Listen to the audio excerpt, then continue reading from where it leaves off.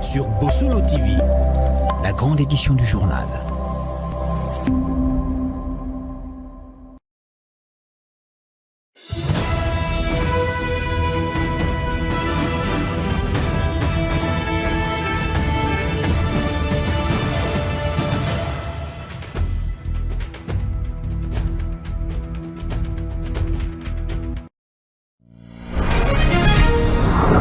À la une de l'actualité, le gouvernement de la République démocratique du Congo vient de saisir les procureurs près la Cour constitutionnelle pour obtenir la dissolution du parti politique de l'ancien président de la République Joseph Kabila, soupçonné de complicité avec la rébellion de l'AFC M23.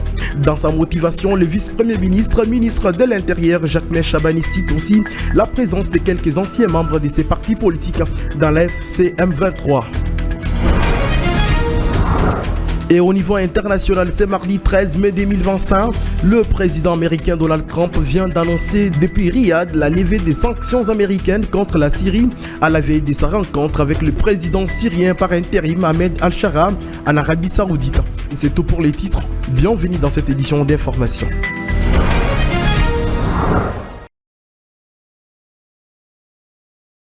Nous émettons depuis la ville-province de Kinshasa. Mesdames, Messieurs, je vous retrouve pour vous informer comme bien annoncé au sommaire, les vice-premiers ministres, ministre de l'Intérieur, Maître Jacques Chabani a saisi depuis le 24 avril dernier le procureur général près la Cour constitutionnelle pour obtenir de lui la dissolution du Parti pour la reconstruction et de la démocratie.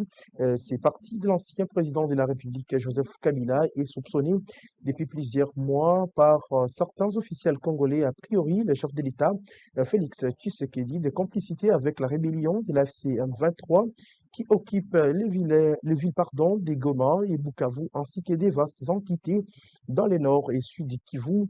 Dans sa motivation, le vice-premier ministre Jacques Chabani cite aussi la présence de quelques anciens membres du PPRD dans la FCM 23. Il mentionne aussi la sortie médiatique de l'ancien président de la République, Joseph Kabila, dans les journaux sud-africains en février dernier, tendant absurde négatif du M23-FC et a déchargé celui-ci des crimes odieux qu'il commettait, bien sûr, contre la République démocratique du Congo et sa population. Maître Jacques Chabani épingle aussi les propos d'Obeminatou, deuxième personnalité du PPRD, lors d'une réunion du 23 février dernier, et finit les moments de silence des actions clandestines. Maintenant, c'est les moments des actions ouvertes.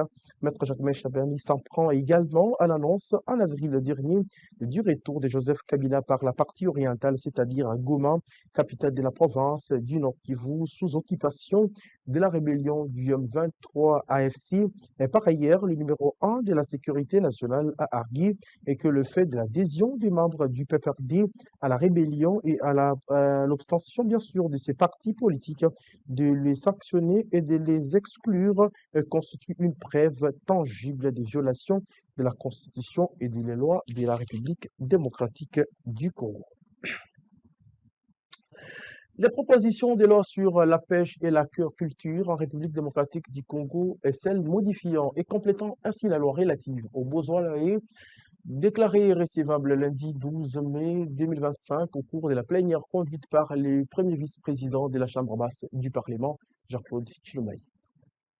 La production législative en cette session de mars dédiée à cet exercice ainsi qu'au contrôle parlementaire se porte bien à la Chambre basse du Parlement que dirige le professeur Vital Kamerhe. L'examen et l'adoption de deux propositions de loi le lundi 12 mai 2025 présentées par les députés nationaux Yangamboyo Venance et Maombi Kachungo Sosten en est une preuve. Au cours de cette plénière conduite par le premier vice-président de la Chambre basse du Parlement, Jean-Claude Chilomaï, la première loi à être portée devant l'Assemblée plénière était la proposition de loi portant principes fondamentaux relatif à la pêche et l'aquaculture en RDC du député national Maombi Kachungo Sosten. Avec cette proposition de loi, l'auteur entend mettre à la disposition de la République un texte de loi qui cadre avec la situation actuelle, étant donné que la loi en vigueur date du décret du 21 avril 1937. 88 ans plus tard, une réforme de cette loi ainsi que la proposition d'une loi en ce qui concerne l'aquaculture s'impose afin de garantir à la population une sécurité et une stabilité alimentaire ainsi que nutritionnelle indispensables à leur survie. aujourd'hui. La deuxième proposition de loi à être portée à l'intention de la représentation nationale, la proposition de loi modifiant et complétant la loi numéro 15/025 du 31 décembre 2015 relative au bois à loyer non professionnel des élus nationaux et Ngamboyo Vénance. Face à la mutation sociale, économique et juridique que connaît la République démocratique du Congo à l'heure actuelle, l'auteur a estimé que 10 ans après, cette loi doit subir également une évolution dans l'optique d'assurer une protection légale aux différentes parties prenantes. Bien avant l'examen et l'adoption de ces deux propositions de loi, la question des immunités du député national Matata Mponyo s'est invitée à la discussion. L'immunité dont sont couverts les parlementaires ne s'élève jamais. Elle est inscrite à l'alinéa 1er de l'article 107 de notre Constitution. Elle est absolue, elle est inconditionnée, elle est définitive et d'ordre public. Je vous prie de bien accepter que la confiance que nous avons placée en notre président pour qu'il suive ce problème soit renouvelée. Plus d'une cinquantaine de motions d'information ont été abordées par les élus lors de cette séance plénière, évoquant la situation générale dans les provinces et particulièrement l'accident survenu le week-end dernier à Kassangolo, ainsi que le 109 mort de la pluie diluvienne qui s'est abattue à Fizi. À un mois de la clôture de la session ordinaire de mars, le rythme de plénière s'intensifie afin de respecter au mieux le calendrier voté par les élus pour ces 3 mois des sessions. Et dans un autre chapitre, le ministre des Finances, Doudou Famba, a présidé une réunion de la Troïka politique le lundi 12 mai 2025 avec la délégation du Fonds monétaire international. Le FMI a exprimé à l'occasion sa satisfaction quant au respect des engagements pris par les gouvernements de la République démocratique du Congo, à l'exception de 2 indicateurs qui n'ont pas été atteints en raison de l'augmentation des dépenses sécuritaires à la fin de l'année 2024.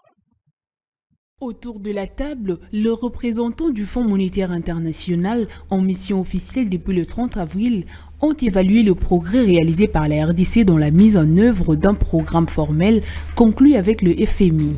Un programme structuré autour de 2 facilités de financement de 1 798 milliards et 1 380 milliards de dollars sur 3 ans, approuvé par les conseils d'administration du FMI en janvier dernier, a relevé Félicien Moulinda, coordonnateur du CTR. Au nom du gouvernement, le ministre des Finances a salué la qualité du partenariat avec le FMI, réaffirmant la volonté du président de la République et de l'exécutif de respecter les engagements pris.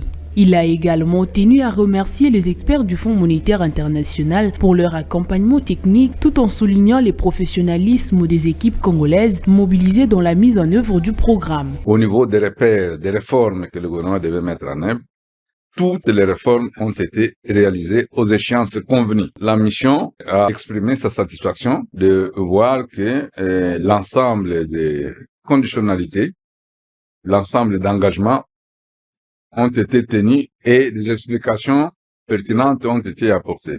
La particularité, c'est-à-dire une partie des décaissements va aller au budget de l'État pour financer les investissements. Cette première revue a porté sur la stabilité du cadre macroéconomique dans un contexte marqué par l'instabilité sécuritaire dans l'est du pays. Résultat, les fondamentaux tiennent bon. Le gouvernement a maintenu la stabilité macroéconomique, ce qui les a beaucoup confortés, étant donné la situation de trouble à la sécurité à l'est. Le gouvernement a maintenu une gestion prudente grâce à la coordination entre la politique budgétaire et la politique monétaire.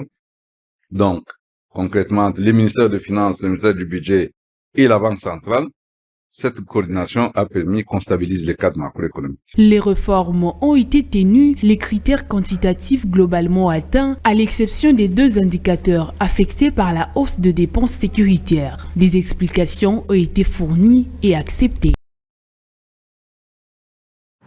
Une séance de travail pour la relance des activités du cadre permanent de concertation économique a été conduite le mardi 13 mai 2025 au cabinet du ministre de l'économie nationale sous la direction du directeur du cabinet du vice-premier ministre, ministre de l'économie nationale, Bosco Kabamba. Créé par le décret numéro 008 du 23 février 2021, confirmé par l'arrêté ministériel numéro 009/CAB/Mine/Econat de 2025, de 2015, le cadre permanent de concertation économique CPC en sigle n'a presque plus fonctionné depuis 2016. Nommé à la tête du ministère de l'économie nationale en mai 2025, le vice-premier ministre de l'économie nationale, Daniel Mukoko Samba, a fait de la relance des activités de cet organe de régulation économique l'un de ses soucis majeurs. Cette volonté affichée de Daniel Mukoko de redynamiser cet aspect des concertations afin d'améliorer les climats des affaires, apaiser les tensions et favoriser la stabilité économique a fait l'objet de la réunion présidée le 13 mai 2025 au nom du vice-premier ministre, ministre de l'économie nationale, par les directeurs de cabinet Albert Kassongo Mukonzo.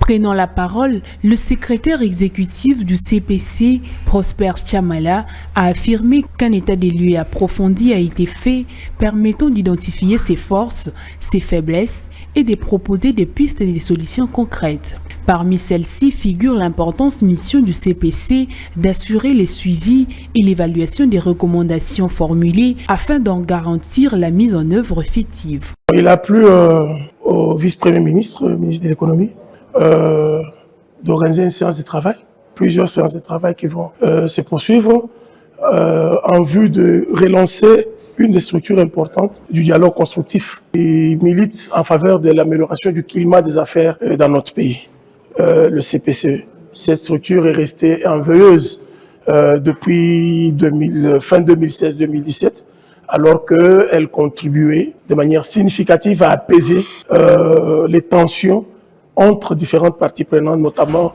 les entreprises ou les associations patronales qui regroupent les entreprises congolaises et puis le gouvernement de la République, parce que c'est lui qui doit prendre en charge toutes les desiderata, des problèmes de parties prenantes, des associations patronales, des entreprises. La séance de travail de ce mardi 13 mai 2025 marque le début de travaux qui se poursuivront dans les temps afin d'atteindre l'objectif assigné, à savoir renforcer la stabilité et la croissance économique de la RDC. Cette réunion s'était tenue en présence de délégués venus de la présidence de la République, de la Banque centrale du Congo, de la Copemeco, du ministère de Transport et de l'Intérieur. Et contrairement aux mauvaises langues, le stade des martyrs de la Pentecôte de la ville-province de Kinshasa est dans un état de propreté bien maintenu. Toute campagne de diabolisation risquerait de coûter cher au pays car la CAF ou la FIFA pourrait fermer cet omnisport. Les gestionnaires de ces stades interpellent ainsi la conscience des Congolais sur le civisme du bien public. Écoutez ici le reportage de Bosco Kabamba et Roublin Bamba. Les efforts continuent d'être fournis afin de garder les stades de martyrs plus propres, malgré la présence des sinistrés de la dernière catastrophe naturelle. Le maintien de cette propriété est l'œuvre du comité de gestion dirigé par Dadou Etambe. Présent dans ces complexes pour comprendre la situation, un agent rencontré explique la présence de quelques saletés au stade de martyrs. Le stade des martyrs a accueilli plus de 5000 sinistrés et ces derniers sont à la base de l'insalubrité des toilettes dans ce temple sportif. Ce sont eux qui ont cassé la toilette numéro 11.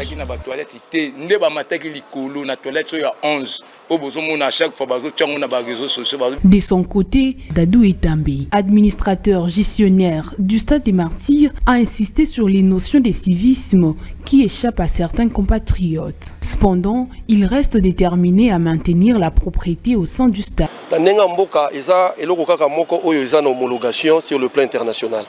Nous n'avons qu'un seul stade qui est homologué par les instances sportives internationales. Cependant, nous ne cessons de faire de mauvaises campagnes contre ces bijoux en oubliant que le pays risque de grosses sanctions, chose qui va mettre l'équipe nationale en difficulté. Notre pays souffre des problèmes sérieux de civisme. Les gens n'arrivent pas à respecter le bien public et les espaces publics et ils y jettent des ordures sans en tenir compte. Nous sommes des gestionnaires du stade des martyrs. stade de Mathieu ezali esika enclos ya stade de Souki esika pouvoir na ngai Souki. Donc soki matiti eza na kati ya stade, ça c'est mon travail. Matiti nyonso eza libanda ya stade. C'est l'hôtel de ville. Le maintien de la propriété dans ces complexes doit être assuré pour vendre cet environnement sportif viable au bénéfice des Congolais. L'Aspal Casport du fleuve Congo Hotel a servi de cadre pour la Fondation Constant Gandou d'organiser une conférence de presse annonçant la tenue d'une cérémonie spéciale de remise des trophées dénommée Amour du Congo qui se tiendra le 31 mai 2025 afin d'harmoniser ceux qui ont contribué à dénoncer l'implication du Rwanda dans les conflits qui se trouvent dans l'Est de la République démocratique du Congo. Mathieu Mbouyi et Chrétien Gaëmé pour le reportage. Le week-end dernier, la salle Casport du fleuve Congo Hotel a servi de cadre pour la Fondation Constant Gandou d'organiser une conférence de presse annonçant la tenue d'une cérémonie spéciale de remise de trophées dénommée Amour du Congo qui se tiendra le 31 mai 2025 afin d'honorer ceux qui ont contribué ou risqué leur vie en dénonçant non seulement l'implication du Rwanda dans le conflit dans l'Est de la RDC, mais aussi la complicité interne et externe face à l'agression rwandaise. Prenons la parole. Madame Jacques Ndelila explique le contour. Spécial trophée Amour du Congo. Ezali milulu oyo tozo organisé non pas pour luka soki nini te. Eza pour encourager bandeko en commençant par le chef de l'État. Bandeko nyonso oyo bakundi. Tokonomine mutu te parce que tomoni que aza populaire ou bien dignité. Tokonomine mutu par rapport à circonstances oyo ya guerre. Papa Jean-Pierre Bemba a télémaki. Toza na papa Guy Luando a télémaki. Bosolo na politique papa Israël a télémaki a Bundi. Sans l'amour, nous ne pouvons rien. Il n'y a qu'un seul commandement, aimez-vous les uns les autres. Donc, c'est tout ce que nous faisons. Nous aimons notre pays, la patrie ou la mort. Marie-Claire Mboyomo Seka, alias Mbiliabel, a profité de l'occasion pour interpeller la conscience de chacun sur le patriotisme. Tolinga mboka na biso, tolinga bakonzi na biso, bakonzi oyo nzambe apesi biso eza bango wana. Tokoboya bango te mpo nzambe apesi biso bango aponi bango. Faut tokumisa bango moto asali eloko malamu. Kumisa epesa courage pour à continuer. Donc trophée wana ezali l'amour du Congo. Donc iboye abolakisa bolingo na bino, vraiment ke bolingaka mboka na bino. Parce que sans mboko oyo toza eloko te.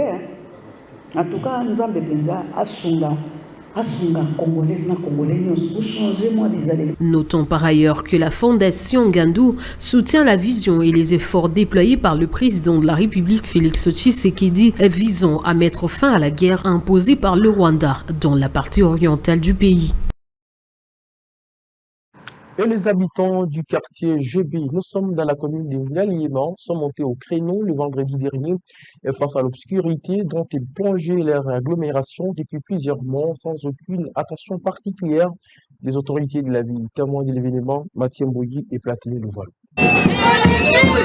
Les habitants du quartier GB, dans la commune de Ngaliema, sont montés au créneau vendredi 8 mai 2025 face à l'obscurité dont ils plongeaient leur agglomération depuis plusieurs mois, sans aucune attention particulière des autorités de la ville. Avec fanfare, tam-tam et tambour, ces habitants ont exprimé leur mécontentement suite à ce qu'ils qualifient d'injustice sociale pour leur quartier.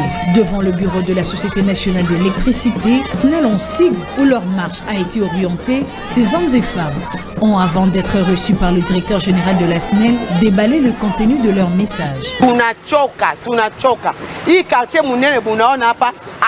Nous n'avons ni eau, ni courant dans ces grands quartiers et cela nous fatigue. En ce qui concerne la problématique de courant, nous nous sommes rendus à la CVS de Kintambo.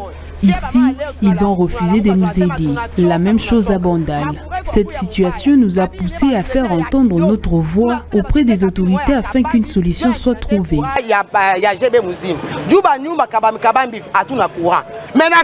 Chez nous à GB, nous n'avons pas d'eau, voire le courant. Nous n'avons pas aussi de route. Raison pour laquelle nous, les mamans, nous sommes debout pour dénoncer cette situation, car les factures d'eau et de courant sont chères, mais nous ne le voyons pas. Nous payons des factures de 35 000 francs pour l'eau et les courants, mais il se constate un mouvement de vol. Ce n'est pas normal qu'au XXIe siècle, que nous ne puissions pas avoir ni eau ni électricité. Au XXIe siècle, nous payons des factures trop chères, que ce soit la régie des eaux, que ce soit la SNEL. Les cabines que nous avons présentement ne supportent plus la capacité. Le quartier est trop grand. Nous sommes en train de lancer un cri d'alarme aux autorités qui nous écoutent. Pourquoi cette injustice au quartier GB?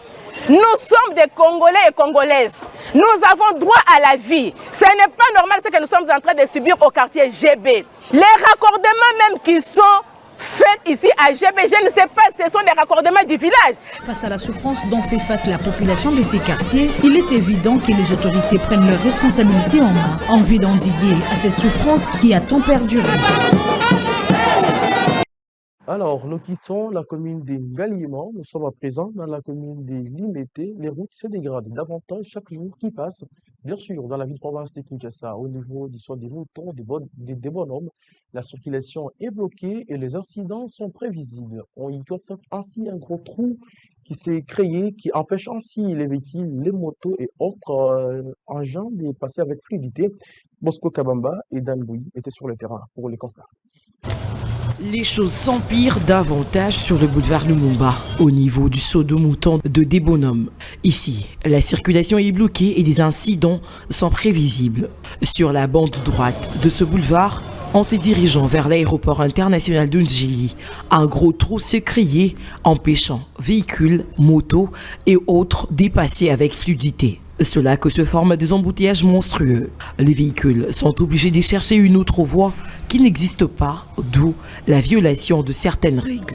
Malgré la technicité avec laquelle cette route a été réhabilitée, plus de 3 fois à ce niveau, une nouvelle défaillance laisse les Kinois sans mots. Dans ces décors désolants, on trouve des caniveaux complètement bouchés. Oui, moi je ne trouve pas ça bon, c'est le chef de travaux doctorant Frédéric Sinabouna. Ça me fait un peu mal de pouvoir constater l'état de dégradation de nos routes. C'est comme si apparemment il n'y a rien qui n'allait. Je pense, à mon humble avis, il faudrait que le gouvernement puisse prendre un peu de sérieux par rapport à ces histoires, surtout le ministre concerné des infrastructures. Parce qu'il y a ça ne va pas, le chaos est un peu partout par rapport aux infrastructures routières. On ne sait pas. Ils voient, ils ne voient pas. Personnellement, en tout cas, c'est comme si nous étions dans un état de deuil. Et pourtant, non. Biso, tous avons nous n'a pas si. Par rapport à biso va chauffeur à moto to côte sa recette. Nous sommes dans la souffrance, nous les motards, à cause du mauvais état de cette route. Nous avions fait appel aux autorités à maintes reprises, mais aucune solution durable n'est trouvée jusque-là. En dehors de la dégradation de la chaussée, l'entretien de cet ouvrage pose un sérieux problème.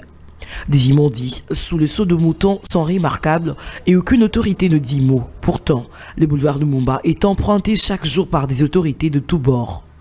De l'autre côté, on remarque des plantes qui poussent et au sud de tout le monde. Il convient de noter que la qualité des infrastructures dans l'ensemble à Kinshasa ne cesse de décevoir la population congolaise. C'est une évidence que les Kinois ne sortent, c'est une évidence pour les Kinois qui sortent régulièrement ne refuteront pas. Les transports à Kinshasa, capitale de la République démocratique du Congo, est mis à mal à cause des nids des poules qui constituent une certaine opportunité d'intérêt permanent ainsi à couler les fonds publics. Suivez ici cette réflexion d'Edouard Chama rendue par Esther Yamoué. Le route de Kinshasa raconte une histoire en boucle. Chaque coup de PLTS annonce déjà les suivants. Chaque réflexion semble contenir le germe de sa propre obsolescence. Derrière ces cycles infernaux, une mécanique bien rodée où l'urgence prend le pas sur la durabilité, laissant la capacité engluée dans de chantiers perpétuels. Certains observateurs dénoncent une gestion des infrastructures dictée par une logique de profit plutôt que par une planification efficace. Chaque affaissement devient une opportunité de marché. Chaque nid de poule, un prétexte à de nouveaux contrats. Les experts alertent, les ingénieurs préviennent, mais les décideurs persistent. On refait pour dire qu'on a fait. Cette maxime résume à elle seule la grande absurdité des investissements publics.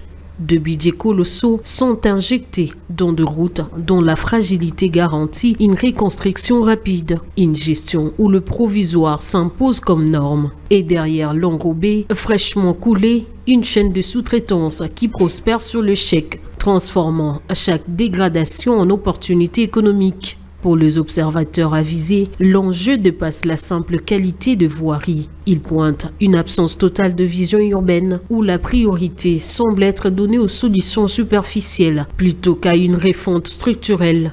On ne soigne pas la ville, on lui administre de calmants. Cette phrase, brutale mais évocatrice, illustre une politique qui, loin de résoudre le problème de fond, le camoufle sous de couches successives de bitume. Cette dénonciation relance un débat crucial. Comment rompre avec le cycle de chantier inutile alors que la capitale suffoque sous un développement anarchique?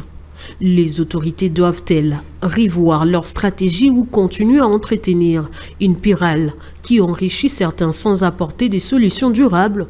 Une chose est sûre, la voirie quinoise ne peut plus être un éternel recommencement. Mais entre les appels à la réforme et les intérêts bien installés, le changement reste encore une promesse lointaine. Actualité sportive à présent, la République démocratique du Congo quitte la CAN U20 en quart de finale après une défaite douloureuse face à l'Afrique du Sud, un rêveur qui met fin au rêve mondial des léopards de la République démocratique du Congo. Le récit avec Grady Brucci. L'aventure s'arrête là pour les léopards U20. Opposés à l'Afrique du Sud ce lundi 12 mai à Ismaïlia, en Égypte, les jeunes Congolais se sont inclinés 1-0 après prolongation. Une réalisation de Tabang Malangou à la toute fin de la première période des prolongations, la 105e minute, a scellé le sort d'un match jusque-là très disputé. Malgré une première mi-temps prometteuse et une défense solide, les léopards n'ont pas réussi à concrétiser leurs quelques occasions. En face, l'Afrique du Sud s'est montrée plus réaliste, profitant d'une erreur de concentration pour prendre l'avantage. Cette élimination signifie également que la RDC ne participera pas à la prochaine Coupe du Monde U20 prévue au Chili. Une désillusion de plus pour la jeunesse congolaise qui espérait voir ses représentants briller sur la scène mondiale. Suite à cette défaite, le sélectionneur Guy Boukassa a annoncé son départ à la tête de l'équipe. Une décision symbolique au lendemain d'une déception sportive, mais aussi d'un parcours qui, malgré tout, aura vu la RDC atteindre les quarts de finale pour la première fois depuis plus de 10 ans. Après annonce communiqué de la DGRK, la Direction générale des recettes de la ville-province de Kinshasa, DGRK en sigle, rappelle aux contribuables, personnes physiques et morales assujetties à la retenue sur les loyers que l'échéance pour s'acquitter de leurs obligations fiscales mensuelles du mois d'avril est fixée au plus tard samedi 10 mai 2025. À cet effet, les contribuables personnes morales relevant de la direction des impôts et des personnes physiques relevant de la direction des recettes des Gombe, Limete, Galiemanor, Kinshasa et Barumbu doivent souscrire leur déclaration en ligne via les portails tels https://e-dgrk.com. Le non-respect de cette échéance entraîne l'application des amendes prévues par les dispositions légales et réglementaires en la matière. Notez bien, celui qui paye mal paye double, fait à Kinshasa le 23 mai 2025. Vitalo Moko est dit qui signe ce présent communiqué.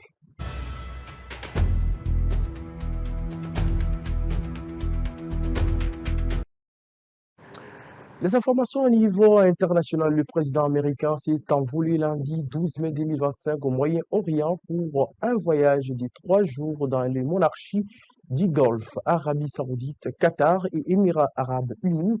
Une tournée cruciale où il sera question de la stabilité régionale, de la guerre à Gaza, mais aussi des projets d'investissement. Suivez ici les détails avec Edouard Chama. C'est un cadeau qui en dit long sur l'importance prise ces dernières années par les relations entre le pays du Golfe et les États-Unis.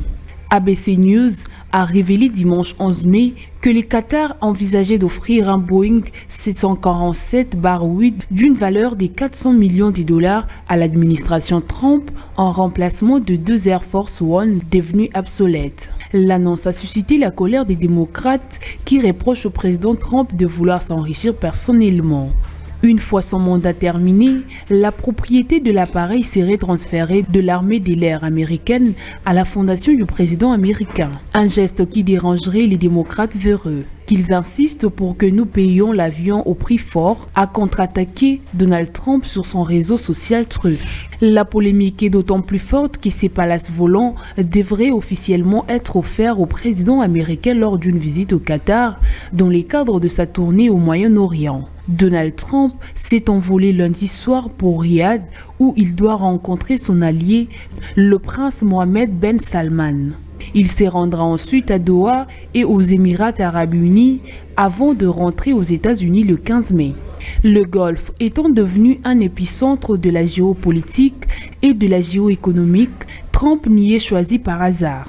Ces États sont devenus des acteurs mondiaux et de partenaires politiques et économiques à part entière pour toute l'administration américaine, explique Anna Jacobs, experte à l'Institut arabe des États du Golfe de Washington. Nous sommes toujours à l'international. Le président américain Donald Trump a créé une surprise ce mardi 13 mai 2025 en annonçant ainsi depuis Riyad, en Arabie Saoudite, qu'il levait les sanctions américaines contre la Syrie à la veille de sa rencontre avec le président syrien par intérim Ahmed al-Shara en Arabie Saoudite. Je vais ordonner l'arrêt des sanctions contre la Syrie pour leur donner une chance de grandir, a dit le président américain Donald Trump en indiquant être parvenu à cette décision après des demandes pressantes de son hôte, le prince héritier saoudien Mohammed Ben Salman. Et voilà, ce qui met terme à cette session d'information. Merci de l'avoir suivi. Quant à moi, je prends congé de vous avec plaisir de vous retrouver très très prochainement. Restez branchés sur Bossolo Télévision qui reste l'unique chaîne au cœur des investigations républicaines démocratiques du Congo.